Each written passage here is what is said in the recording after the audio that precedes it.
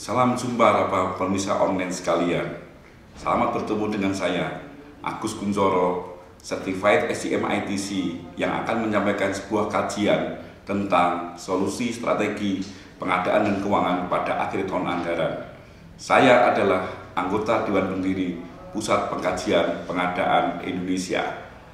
Kajian ini dibuat dengan melihat kenyataan kondisi belanja modal pada sampai bulan Oktober tahun 2012.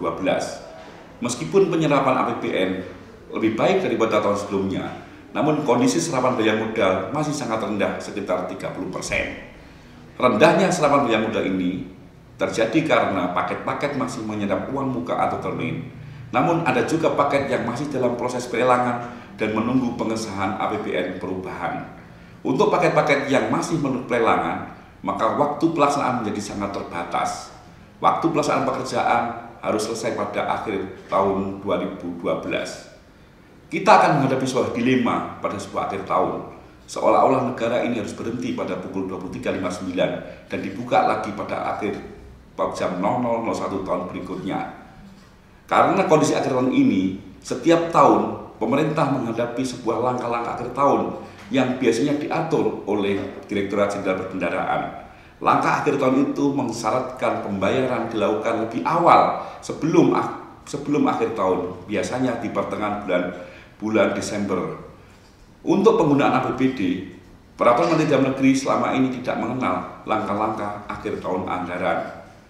Menghadapi langkah akhir tahun ini, seluruh pekerjaan menghadapi sebuah dilema.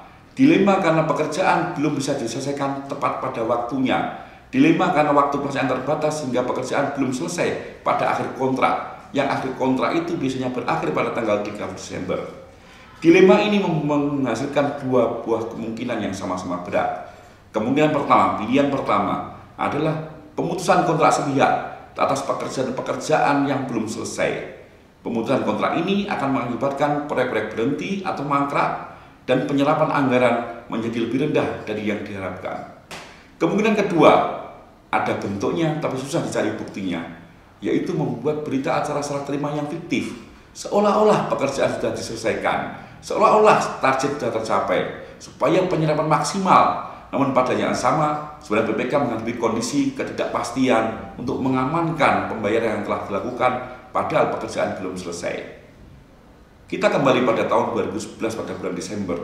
Sudah ada yang mencoba langkah ketiga, yaitu 2 orang PPK, saya sendiri sebagai PPK kantor Bea Cukai Jawa Timur 1 dan Mas Heri Suroso, PPK pada Universitas Negeri Semarang, yang tidak sepenuhnya mematuhi langkah-langkah akhir tahun yang biasanya diatur oleh Dirjen Perbendaharaan. PPK itu, saya dan Mas Heri, memanfaatkan waktu keterlambatan yang tersedia dalam Perpres 54 waktu itu, dan pada saat yang sama mengenakan denda keterlambatan. Pada akhir proses, setelah tahun anggaran berjalan ke awal 2012, maka output bisa dicapai sepenuhnya, denda ke negara diterima oleh negara sebagai penerimaan kas negara denda, dan proses itu terdokumentasi dengan baik, menggambarkan proses penyelesaian pekerjaan yang akuntabel tanpa adanya berita acara serah terima yang fiktif. Itu yang terjadi pada akhir tahun 2012. Di sisi lain, ada contoh kasus di APBD pada tahun 2012, yaitu sebuah kabupaten di Jawa Tengah yang tetap melanjutkan pekerjaan sampai dengan melewati tahun anggaran dalam batas sisa waktu keterlambatan. Kenapa BPK tersebut berani meneruskan? Karena pekerjaannya sudah mencapai lebih dari 50%. Pada awal tahun 2012, output pengadaannya tercapai dan para pelaksana pengadaan, penyedia, dan BPK tidak membuat berita acara fiktif. Namun terjadi masalah. Penganggaran di tahun depannya tidak bisa dilakukan, tidak bisa dibayarkan karena tidak ada payung hukum yang mengikat. Sehingga pada akhirnya muncul gugatan perdata dari penyedia di mana sudah merasa menyelesaikan pekerjaan dan sanggup dikenakan denda, namun tidak dilakukan pembayaran. Kondisi yang dialami BPK ini ironis dengan kondisi yang dilakukan oleh banyak BPK lain yang terpaksa membuat berita acara fiktif dan penyelesaian pembayaran bisa dilaksanakan pada waktunya.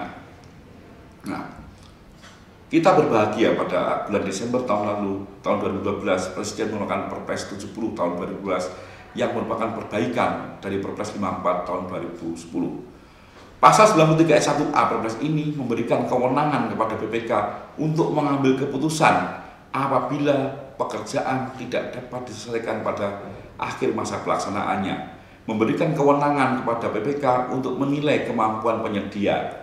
Untuk menilai kemampuan penyedia, apakah penyedia dirasa mampu atau dirasa tidak mampu untuk melakukan pekerjaan.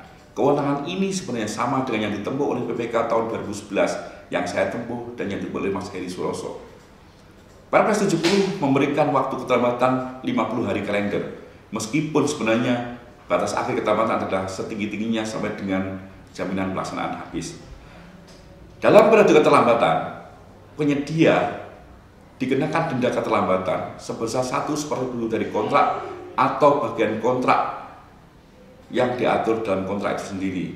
Sehingga apabila ada BPK yang memberikan waktu keterlambatan kepada penyedianya sudah sesuai dengan koridor tata urutan perundang-undangan di bidang pengadaan. Yang penting adalah dalam Perpres 70 tidak ada larangan untuk adanya keterlambatan yang melampaui tahun anggaran berikutnya. Ini kondisi. Nah, problemnya adalah ketika keterlambatan melampaui tahun anggaran berikutnya, bagaimana kita membiayai pekerjaan yang terlambat itu? Ada dua cara yang tersedia saat ini, yaitu memakai cara seperti yang kita tempuh tahun 2012 atau kita mengikuti pembebanan tahun berikutnya sesuai yang dalam PMK tahun 25 tahun 2012. Perbandingannya seperti ini. Apabila kita melihat dari pencapaian output tahun anggaran bersangkutan, apa maksudnya tahun anggaran 2012, maka cara yang kita tempuh di tahun 2012 itu akan mengakibatkan output yang maksimal tercapai. Dengan PMK 2025 output juga tercapai maksimal. Namun dilihat dari penyerapannya, cara yang kita tempuh di 2011 itu menghasilkan penyerapannya maksimal pada tahun anggaran berjalan. Nah, cara PMK 25 tidak menghasilkan penyerapan maksimal karena sebagian dana dibebankan ke tahun berikutnya. Kita lihat apakah perlu penyesuaian anggaran tahun depannya. Cara tahun 2011 itu, cara yang lama itu tidak perlu ada revisi di tahun depannya. Dan cara dengan PMK 25 memerlukan revisi di tahun depannya. Revisi ini membawa ketidakpastian anggaran dan berpotensi mengganggu penyerapan output di tahun 2013 nanti. Itu perbandingan. Apa yang ditempuh dengan cara tahun 2011? Cara tahun 2011 itu adalah sekedar cara untuk memaksimalkan apa yang disebut dengan jaminan pembayaran. Jaminan pembayaran ini tidak diatur dalam Perpres 54 maupun perubahannya. Jaminan pembayaran ini dicetakkan oleh Direktorat Jenderal Pemberdayaan setiap tahun selama bertahun-tahun sampai akhir tahun kemarin untuk mengcover pembayaran yang harus dilakukan sebelum akhir tahun, untuk mengcover pembayaran yang dilakukan pada pertengahan tahun. Jaminan pembayaran bisa dimaksimalkan sebagai solusi akhir tahun dengan cara menambah masa berlakunya. Menambah masa berlakunya berapa lama diperpanjang? Menambah masa berlakunya sampai dengan 50 hari keterlambatan sesuai dengan yang diatur Perpres 70.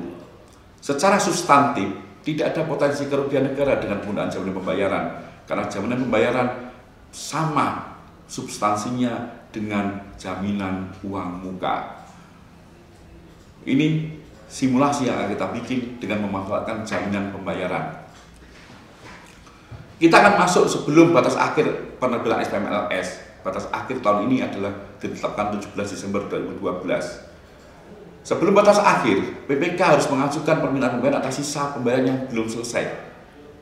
Dilampiri berita acara pekerjaan yang sudah diselesaikan, berita acara yang berisi persentase progres yang real yang sudah berhasil diselesaikan.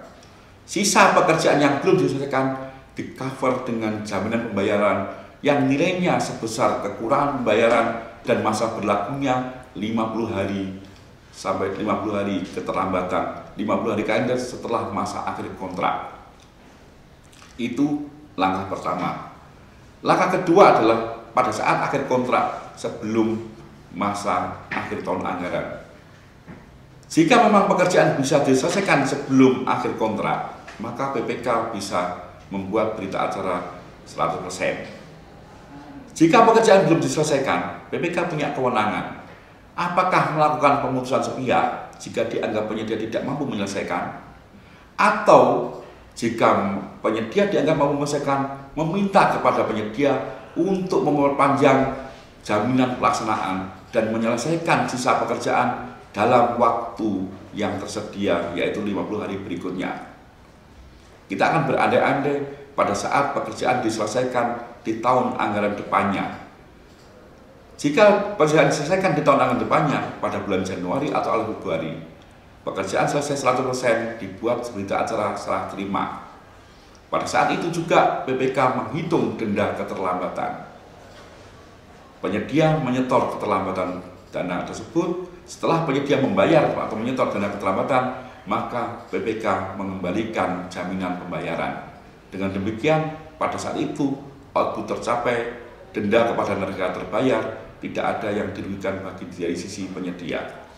Namun, seandainya pada sampai akhir keterlambatan ternyata pekerjaan tidak dapat diselesaikan, maka BPK mengambil langkah satu, mencairkan jaminan pelaksanaan sebagai sanksi bagi penyedia, mencairkan jaminan pembayaran sebagai pengembalian dari belanja, sehingga tidak ada kerugian negara secara finansial karena pembayaran sudah dikembalikan, dan mengusulkan pengenaan sanksi daftar hitam kepada KPA. Dengan demikian, penggunaan jaminan pembayaran ini melindungi negara dan juga melindungi penyedia dari kemungkinan pekerjaan bisa selesai atau tidak selesai pada saatnya.